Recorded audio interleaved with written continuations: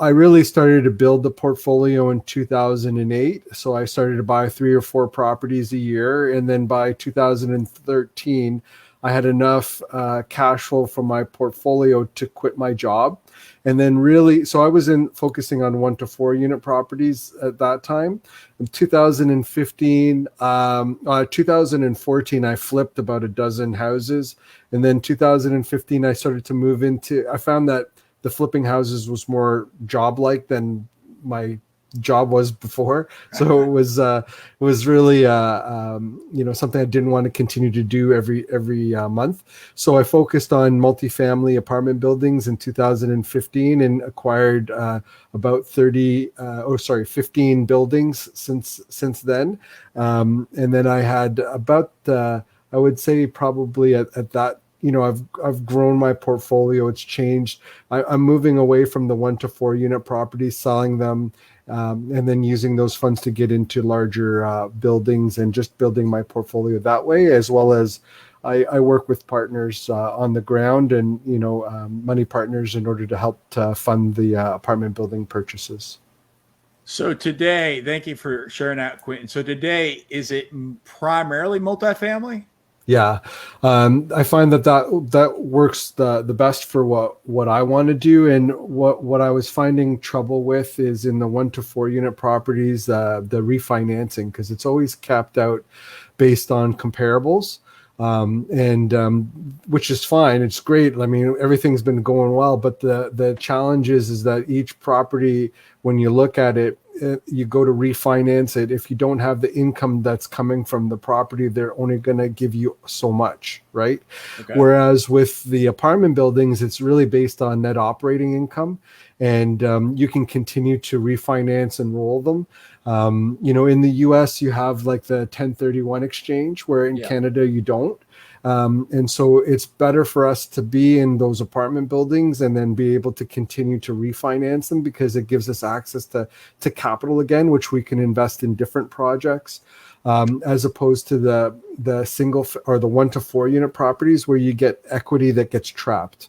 And the only way you can really re-access that equity is selling the asset, paying the capital gain, and then putting it into something else. So it's a little different, but it's worked well for me. I've been really happy with what I've been doing, and it allowed me to quit a whole bunch of different jobs that I was doing over the last 13 years, right? So what I hear is the key to wealth is just be a quitter.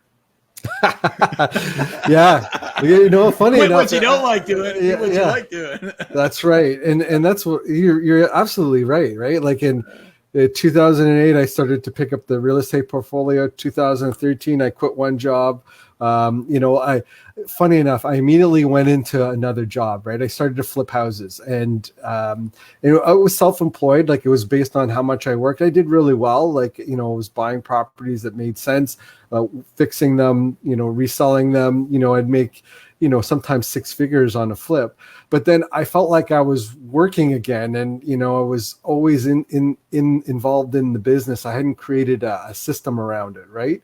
And then after I had done that for a year, I focused on the buildings, and then I created a coaching business. And then the coaching business felt like, I actually stopped coaching in January of this year because I put all the templates in the book, but I left the coaching program. I did really well with it, but again, I was like accountable to somebody. I had to be somewhere at a specific time. I had to, you know what I mean? And I just didn't want to do that anymore. And from when I quit doing the coaching, I actually doubled the size of my real estate portfolio, because I just focused on the real estate portfolio and bringing in partners. So it allowed me to scale a lot better. And, I had 12 group coaching clients and 5 one-on-one clients, and I was making a ton of income from it, but it was just, it wasn't giving me the time that I really was expecting to have from having a business. So I just moved away from that and just focused on my real estate portfolio, and that's been that's been really good for me. I've creating that cash flow income, and I really think that everybody should have cash flow. Like, invest in at least one or two properties in order to create some cash flow aside from whatever income they're already making, because it can be really, in good markets where you have cash flow and appreciation, and realtors see that all the time. They see all the those numbers.